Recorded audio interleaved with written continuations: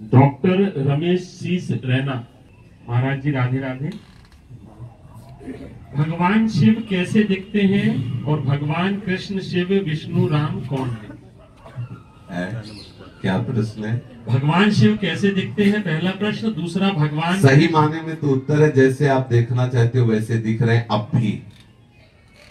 शिव पुराण में लिखा हुआ है, भगवान शिव स्वयं कहते हैं कि मैं समस्त पुरुष रूप हूं और हे भगवती तुम समस्त स्त्री रूप हो, क्योंकि मेरा और तुम्हारा चिन्ह पूरी सृष्टि में, हम शिव पुराण के अंतर्गत कह रहे हैं, जितने भी पुरुष हैं सब शिव स्वरूप हैं और जितनी भी स्त्रियां हैं सब नारी स्वरूप हैं। अब आप किस स्वरूप में महादेव जी को देखना चाहते हैं? सर्व रूप में या रुद्र रूप में या शांत रूप में? किस रूप में?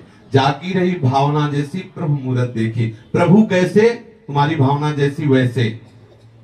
किसी की भावना है कि प्रभु का रूप नहीं, तो प्रभु अरूप रूप से अनुभव में आते हैं। किसी की भावना है प्रभु राम रूप, तो राम रूप में। आज हमारी भावना कामी है तो कामिनी रूप में। जैसी हम भावना करते, मेरे प्रभु के सिवा ना कोई था ना है ना रहेगा, हम जैसी भावना करते वैसा आज है। वास्तविक शिव का स्वरूप देखना है तो खूब शिव शिव शिव शिव रटो और वो कृपा करके अनुभव करा देंगे। वो वाणी का विषय नहीं, जो वास्तविक शिव का चिदानंद स्वरूप है वो अनिर्वचनीय है और वो स्वयं दिखाए तो आप देख सकते हो किसी की सामर्थ्य नहीं।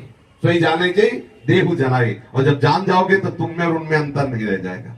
समझ पा रहे? दूसरी बात क्या थी? माइक पहले उनको माइक दीजिए, कुछ बोलना चाहते हैं जी।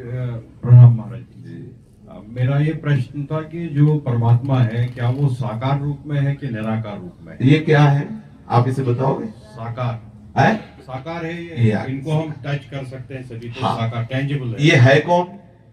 मानव। मानव आया कहां से? मानव तो मतलब इतने में समझो, कृति माने रचना। जी जी। ये सब रचना है ना, तो कोई रचनाकार है ना, है, इतना मान गए ना? जी जी। कृति माने रचना, प्रकृति, जितना भी जो कुछ है वो एक रचना है। इसका रचनाकार कोई है।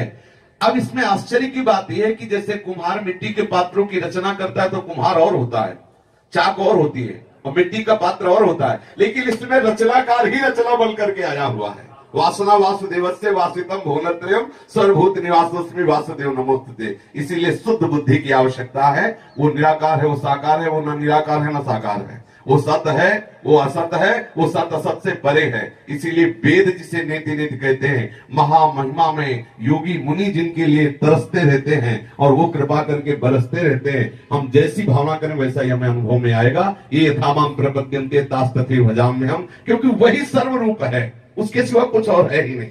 ये बात समझ में आ रही है आपकी? जी आगे जी महाराज जी, जैसे हम ध्यान लगाते हैं तो ध्यान लगाने के टाइम में हम क्या ये कल्पना है, जैसे हम कल्पना करते हैं कि हमारे भगवान शिव के हाथ में त्रिशूल है, जटाओं से गंगा बहती है और यहाँ पर चंद्रमा है, तो क्या ये हमारी कल्पना है, किसी व्यक्ति की कल्पना रही होगी कि इस तरीके से भगवान? अब इसमें थोड़ा सुधार कीजिए। लौकिक दृश्य को लाने के लिए कल्पना शब्द का प्रयोग किया जाता है और परमार्थिक के लिए भावना का किया जाता है। भावना पवित्र होती है और कल्पना झूठी होती है। कल्पना में हम एक कल्पना कर रहे हैं, वो है नहीं, और भावना में सत्य है, वो है जो आप चिंतन कर रहे हो, ये है।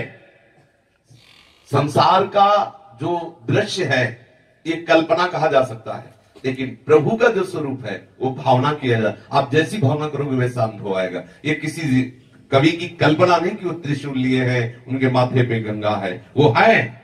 आप अनुभव करो तो आपको दिखाई देंगे। और जिन्होंने प्यार किया है उनसे, तो जैसे अम्मा बप्पा प्यार करते हैं ना, अम्मा बप्पा समझते हैं ना, गांव की भाषा में क्या जाती, ऐसे प्यार करते हैं भगवान शिव और पार्वती। आज भी वैसे ही प्यार करते हैं। कभी कभी कोई ऐसी बात आई तो दिखाई देता है कि अम्मा बप्पा आ गए और उनका दुलार बरसने लगता है। वो है, उनकी भावना करो, कल्पना नहीं।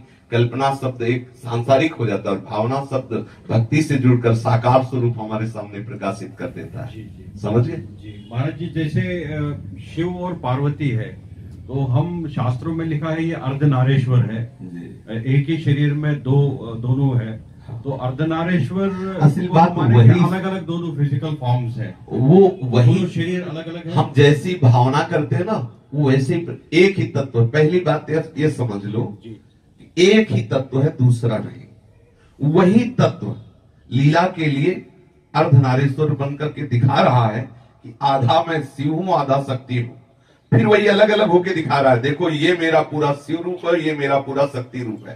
फिर वही चराचर रूप में होके दिखा रहा है, ये देखो मेरा वैभव है कि मैं ही चराचर के रूप में व्याप्त हूं। और ये जो बात जान जाता है वो मुक्त हो जाता है, जो ये नहीं जान पाता वो बंधा रहता है राग द्वेष और द्वंद्वों में, जन्म मरण आदि नाना प्रकार के क्लेशों को भोगता रहता है। समझ पा रहे हैं आप? जी जी महाराज। भगवान कृष्ण शिव विष्णु राम कौन है? एक ही है। नाटक मंच पे नौटंकी के नाटक में एक ही कलाकार पहले राजा बन के आता है, फिर जोकर बन के आता है, वही सेवक बन के आता है, वही नाना प्रकार। गोपाल शास्त्र नाम में भगवान का नाम है जगन नाटक वही भवा। ये तो बड़ा आश्चर्य है। वही दुष्टात्मा बनता, वही महात्मा बनता, वही स्त्री बनता, वही पुरुष बनता, और नाटक मंच स्वयं है, और नाट्यकर्ता भी स्वयं है, और नाटक का निर्देशक भी स्वयं, पूरा का पूरा एक ही वही पिता, वही पुत्र, वही पौत्र, वही सारा। और यह रहस्य रघुनाथ कर बेग ले जाने कोई, और जो जाने रघुपति कृपा तो सपने मोह न होए। यही ब्रह्म ऋषि महात्मा जन जान गए तो जीवन मुक्त हो गए, और संसारी यही नहीं जान पाते तो लाठी चलाते, मेरे भगवान बड़े तुम्हारे भगवान छोटे, चल रही लाठी। भगवान तो क्या है, खोपड़ी फूट रही, छोटे बड़े अस्पतालों में गारी गुत्ताल और निंदा स्तुति। प्रभु एक सम स्वरूप सर्वात्म भाव से सब जगह विराजमान है, वही राम है, वही कृष्ण है, वही शिव है। ये तो बहुत बड़ी बात हो गई। वही दुष्टात्मा है, वही महात्मा है। विद्या विनय संपन्ने ब्राह्मणे गविहस्तनी सुनीच सुपाके चा पंडिता समदर्शिना।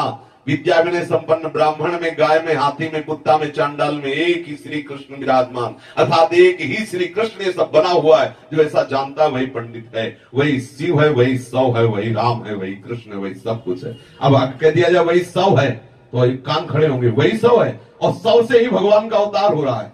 पृथु और अर्ची अवतार सौ से हो रहा है। वेन के मरे हुए शरीर से भगवान का अवतार हो रहा है, पृथु और अर्ची का। अब बोलो वही है ना, वही शिव है, वही सौ है, वही शक्ति, वही चराचर जगत एक है। जो एक समझ गया वो मुक्त हो गया, जो अनेक समझ गया वही भ्रमित हो गया। बस इतना अंतर है।